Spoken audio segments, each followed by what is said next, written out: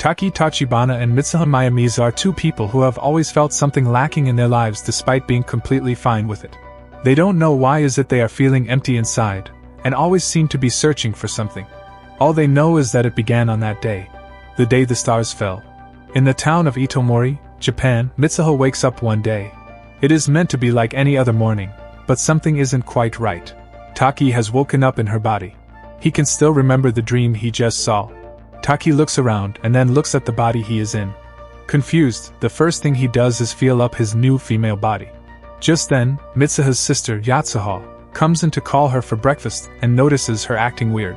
Like any odd sibling, she ignores Mitsuha's and leaves, telling her to hurry for breakfast. A confused Taki goes to the mirror, only to let out a cry of horror. The next day, as Mitsuha enters the room, Yatsuha and her grandmother notice that Mitsuha has returned to normal. The family gathers around to have breakfast and watch the news. The comet Tiamat is said to be appearing soon. After its 1,200-year-long orbit, it will be passing close to the Earth, and will be visible all around the world exactly 1 month from now. Mitsuha and her sister then head to their respective school.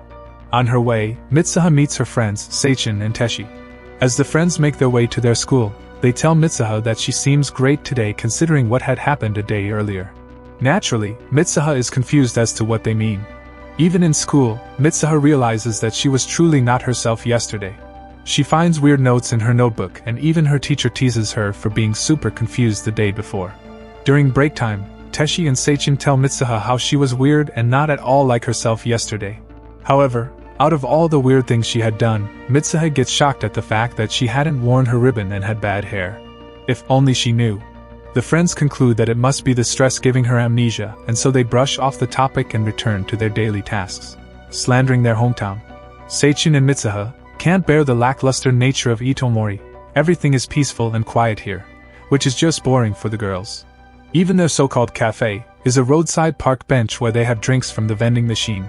Mitsuha in particular can't bear her lifestyle, being constantly embarrassed by her politician father and returning home to the same stories from her grandmother.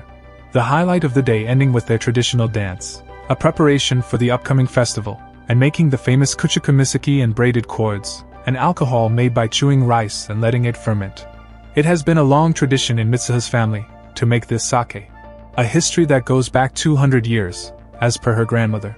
Granny tells them about their culture in the cords and how the threads of the cords unravel time itself. This is a story that she tells them every day, which is why it makes Mitsuha ignorant of it.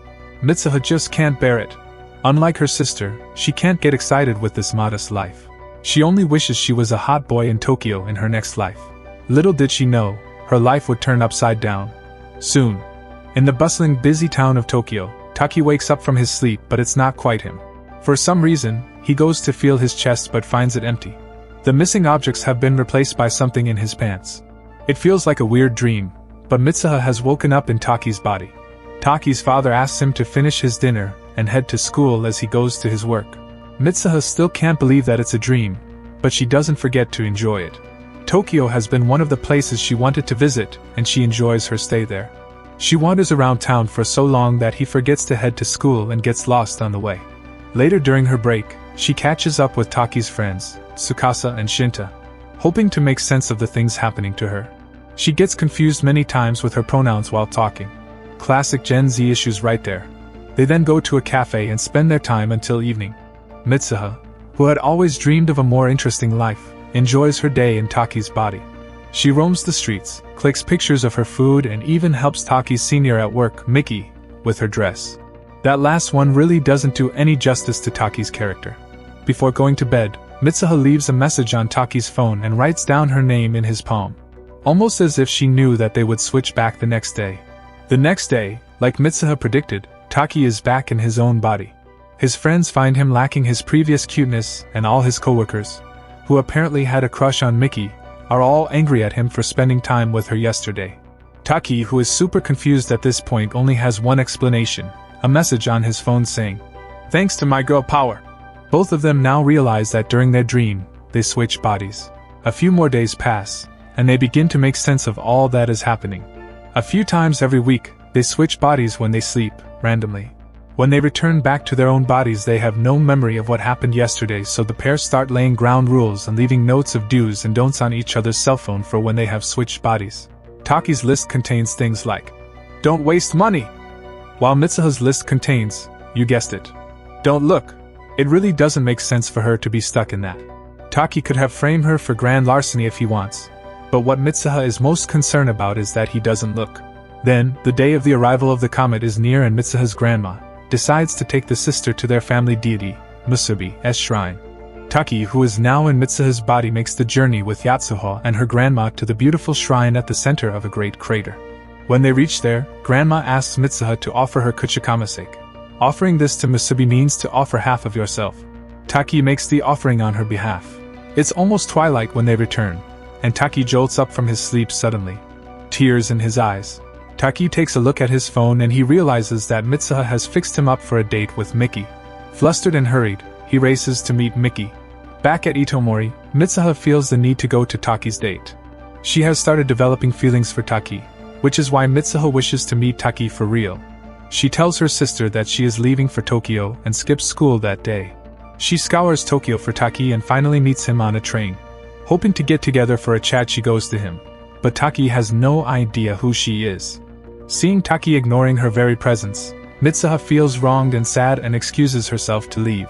Taki asks for her name, but she is already on her way out. She screams her name to Taki and barely hands him her braided cord as she is pushed out of the train by a swarm of exiting people. On his date, Taki spends his time nervously around Miki, and by the end of the date, he is glad for it to be over. Even Miki realizes that Taki, while having had a crush on her earlier, doesn't seem to like her anymore. After the date, Taki takes a look at the notes Mitsuha has left.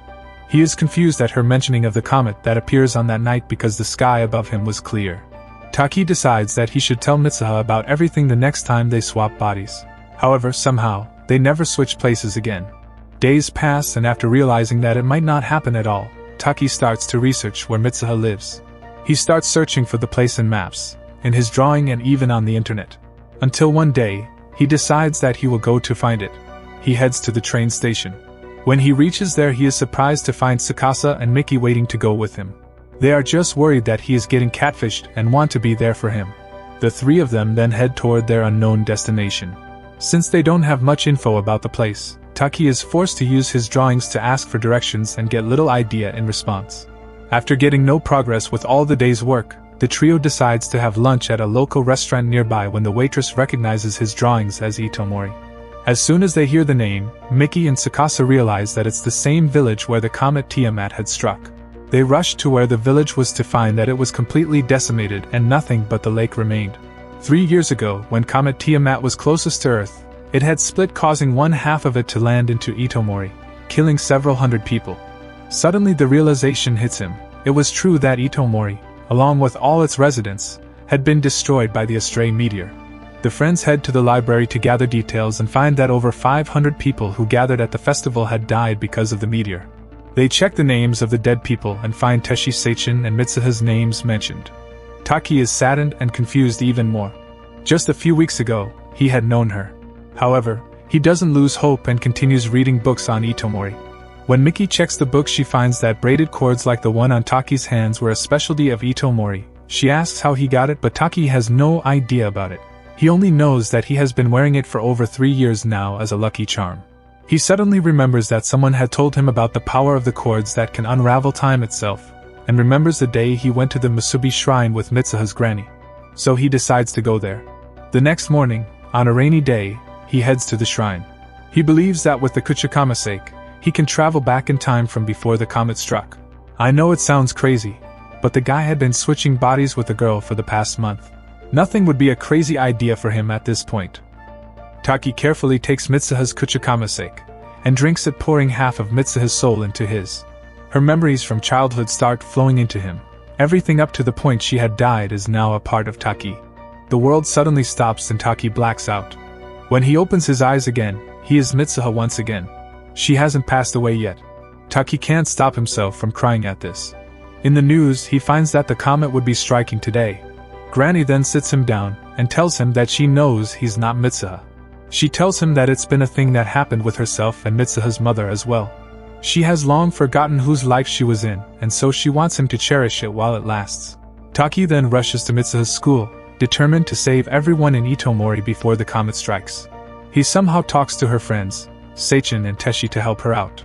They plan to use the emergency speakers to evacuate the people out of town to the high school, which is outside the danger zone. Teshi will be placing explosives in the power plant on the outskirts of the village, to make sure the threat seems real, and Mitsuha will try to persuade her father, who is now the mayor, to help them out. Taki goes to Mitsuha's father's office, and he is called stupid for making such assumptions. This makes Taki angry, who almost hits the man. Controlling himself, Taki leaves to persuade the people in town, but not even Yatsuha agrees with his intentions. He realizes that only Mitsuha can convince them, so he rushes to the Musubi Shrine on Teshi's bike, asking them to go ahead with the plan. On top of the Musubi Shrine's crater, when the sun had just hit the end of the earth, when it was neither night nor day, Taki and Mitsuha reunite once again.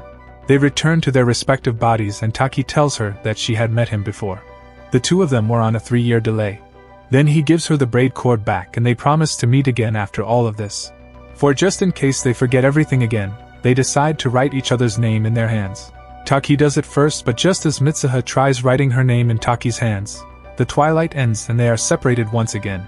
The comet comes near and Mitsuha rushes back. She chants Taki's name all the way, promising to herself that she won't ever forget his name. She meets up with Teshi's, who has planted the bomb. They go ahead with the plan and the power plant explodes. Seichin makes a fake announcement in the emergency speakers asking people to evacuate to the high school as there is fear of further explosions. There is just one problem. Mitsuha cannot remember his name. What was his name? She is troubled by it, but there is no time, as the city council announces that the previous announcement was fake and everyone should stay where they are. Mitsuha rushes to her father's office, her mind still wanting to remember that name. She runs and runs so fast that she stumbles and hurts herself badly. Just then she notices that there is something written on her palm. However, instead of a name, she finds "I love you" written on her hand. She laughs and cries with joy. While she couldn't possibly remember him with that, she is glad that he feels the same way as her. This fills her up with determination, and she rushes once again to reach her father's office. Her sister and grandmother are already there. At the city festival, Teshi is frustrated that their plan didn't work when he suddenly realizes that the meteor had split, just like Mitsuha said it would. The sky turns beautiful and red, exaggerated by the fact that the town's electricity had shut down. Soon enough, the meteor strikes. Buildings and bridges are destroyed along with half of the town. The next day, Taki wakes up on the Musubi Shrine crater with no memory of what had happened. He has no idea what he is doing there. He watches over the large lake in confusion. Several years have now passed and Taki has always a feeling that he is missing something, someone, but he doesn't know who or what. Ever since that day, the day the stars fell. One day, he meets Miki again and they reminisce about that one time Taki had dragged them to the Musubi Mountains of Itomori. He had no reason to be so obsessed with the place and tells himself that it was probably because of the miracle that had happened in Itomori. Years ago, when the comet had hit the town, miraculously all the citizens were safe and unhurt, because the mayor had asked for an emergency evacuation drill at the very last moment. Later that day, as he was on his way to another interview, he sees her on a train heading in the opposite direction.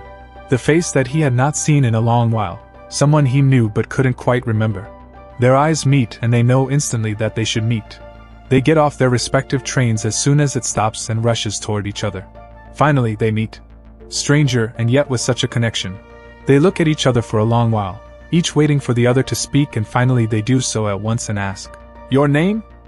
Subscribe for more videos like this, turn on the notification, and leave a like to help the channel out. Thanks for watching.